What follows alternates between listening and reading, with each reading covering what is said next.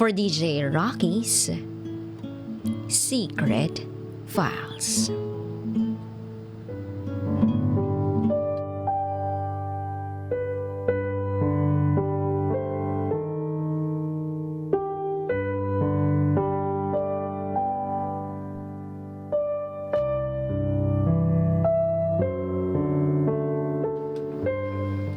Tinikman niya ako bago niya ako iwanan.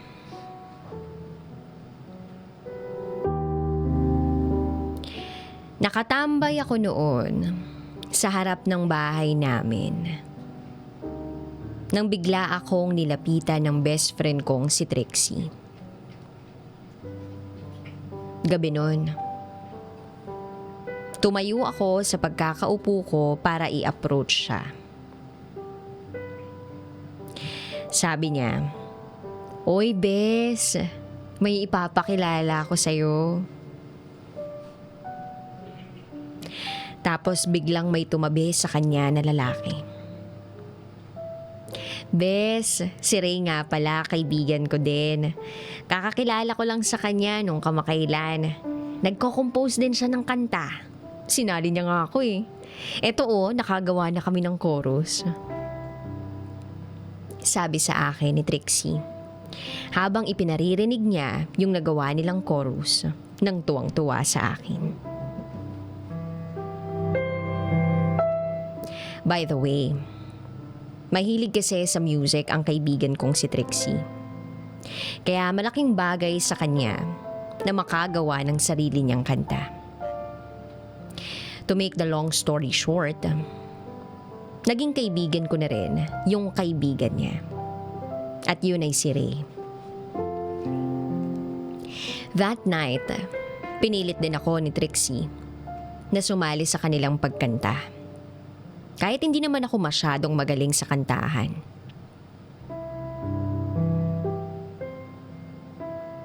Lumipas pa ang ilang araw.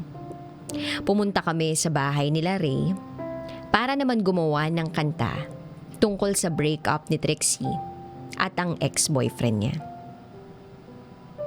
Ayun, nag-record na kami. Hanggang si Trixie, nagpaalam muna mag-CR.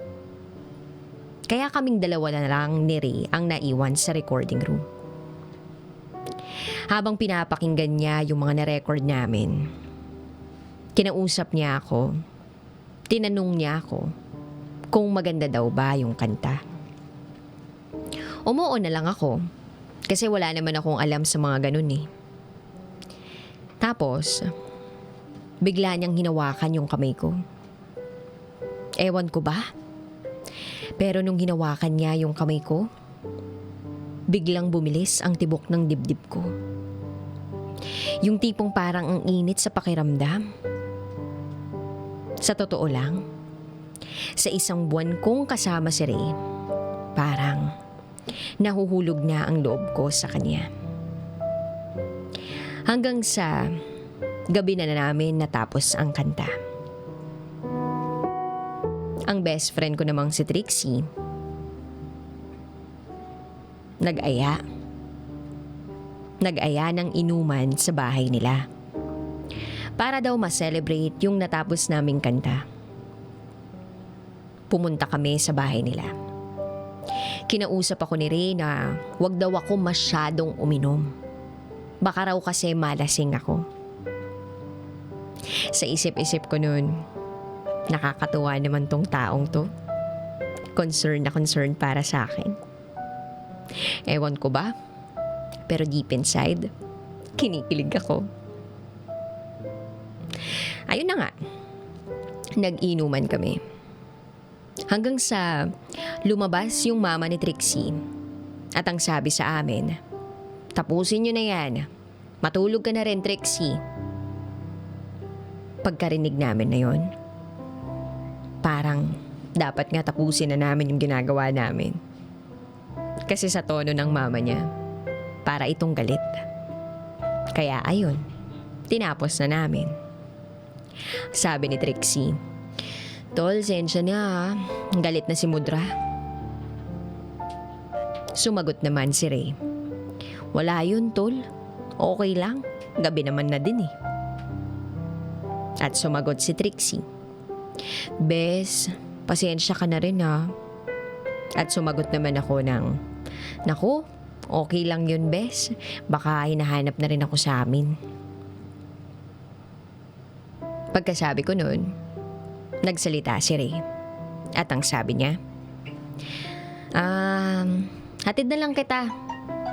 Tol, ihatid ko na lang siya. At sumagot naman si Trixie ng, sige tol, ingatan mo yung best friend ko ha. At sumagot si Ray ng, oo naman tol. Hinatid kami ni Trixie sa gate nila at nagpaalam na kami ni Ray. Habang naglalakad kami ni Ray, bigla siyang nagsalita. At ang sabi niya, Jessie, gusto mo tambay muna tayo saglit? Umuo naman ako. Kasi sa totoo lang, wala pa naman ako sa mood umuwi. Kaya umupo kami sa may bench. Pagkaupo namin sa may bench, bigla siyang nagsalita. Jessie, gusto kita. Pagkasabi niya na yun, parang hindi ko alam kung anong mararamdaman ko. Nagulat ako. Medyo nararamdaman ko nanginginig siya. Bigla na lang niyang hinawakan yung kamay ko at nagkatitigan kaming dalawa. Hindi ko na alam ang mga nangyari. Bigla na lang niya akong hinalikan sa labi ko. First kiss ko yun. Pinipilit niya pa akong halikan na yung tipong mas malalim pa, pero natatawa na ako sa sarili ko kasi hindi ko naman alam yun. Mga ilang saglit pa, tumigil na siya sa paghahalik sa akin. Sabay palihim na tumawa. Tinanong ko siya, bakit ka natatawa? Sumagot naman siya ng, wala. At nagsalita na ako ng, pasensya ka na ha. Hindi ko kasi alam yung mga ganyan. At bigla ba naman siyang sumagot ng, gusto mo turuan kita?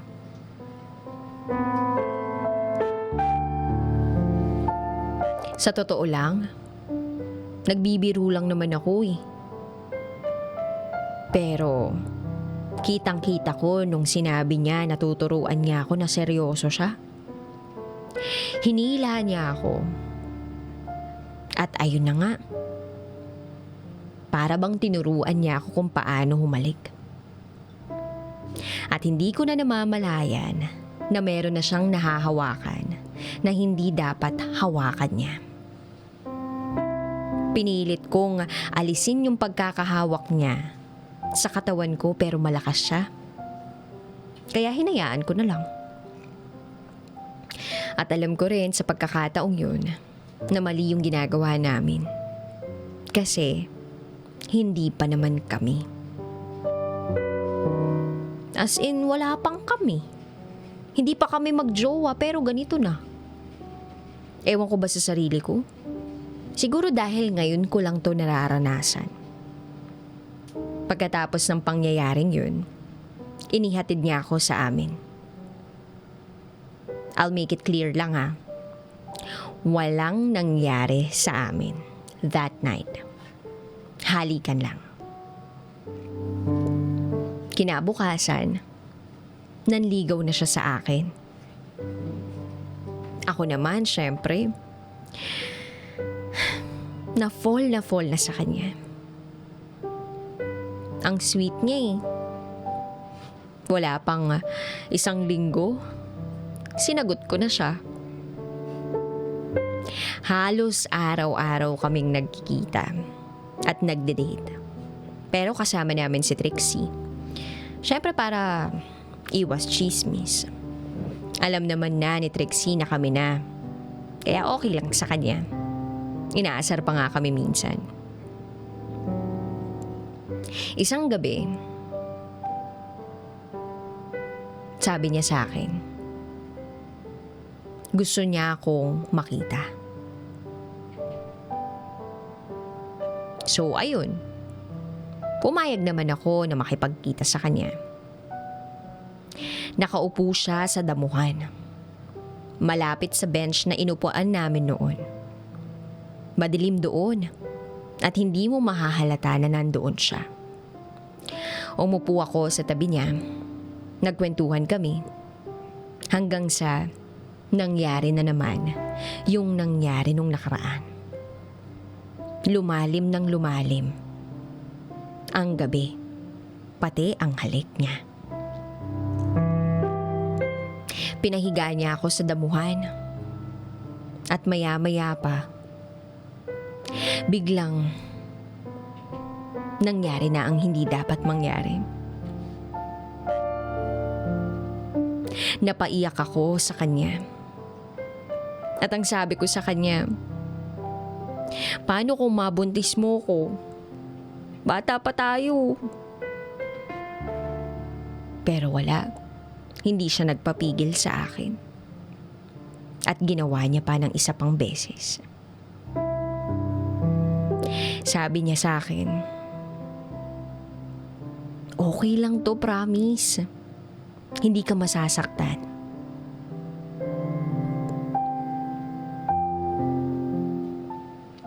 Lumuluha ako nung gabing yun. Halos every night, nagkikita na kami ni Ray pagkatapos nun. And every night din, merong nangyayari sa amin. Hanggang sa isang araw, may nag-text sa akin isang babae. At ang sabi sa akin, girlfriend ka ba ni Ray? Nag-reply ako ng, opo, bakit po? At nag-text bigla ang kausap ko ng, asawa niya to, may anak kami. Nagulat ako nung sinabi nung babae yun. Kinumpronta ko agad si Ray. Explain siya ng explain na hindi daw niya anak. Yung pinapaako lang daw yun nung ex niya sa kanya. Pero hindi ko siya pinakinggan. Hanggang sa nakipag-break ako sa kanya. Ilang araw nakiusap yung kuya niya sa akin na balikan ko daw si Ray. Kasi napapabisyo na daw. Sinasaktan din daw nito yung sarili niya. Ako naman tong si tanga. Dahil worried ako kay Ray, binalikan ko siya. Wala namang nagbago. Halos ganun pa rin. Basta tuwing magkikita kami, may nagaganap sa amin. Minsan nga naisip ko sa pagkakataong yun, baka yun lang naman talaga yung trip niya sa akin. Ako nga gumagastos lahat eh. Binibigyan ko siya ng load. Oo, pinapaloadan ko siya. At ako ang nagbabayad ng bill naming dalawa tuwing magche-check-in din kami. Mahal ko si Ray. Meron nga yung point pa na naaksidente siya, umiyak pa ako noon. Tapos ako yung nag-alaga sa kanya. Lahat ng gasgas niya, ako gumamot. Pero kahit sugatan na siya, gusto niya pa rin may maganap sa amin. Isang gabi, nag-text na naman siya. Magkita tayo. Nagkita kami sa dati naming tagpuan. Tinanong ko siya kung anong sasabihin niya pero sinasabihan niya lang ako na mahal kita. Pakiramdam ko sa pagkakataong yun, iba ang halik niya. Pagkatapos ng gabing yun, hindi na siya nagparamdam sa akin. Kahit isang text o missed call, wala. Para siyang bula na bigla na lang naglaho matapos nung gabing yun.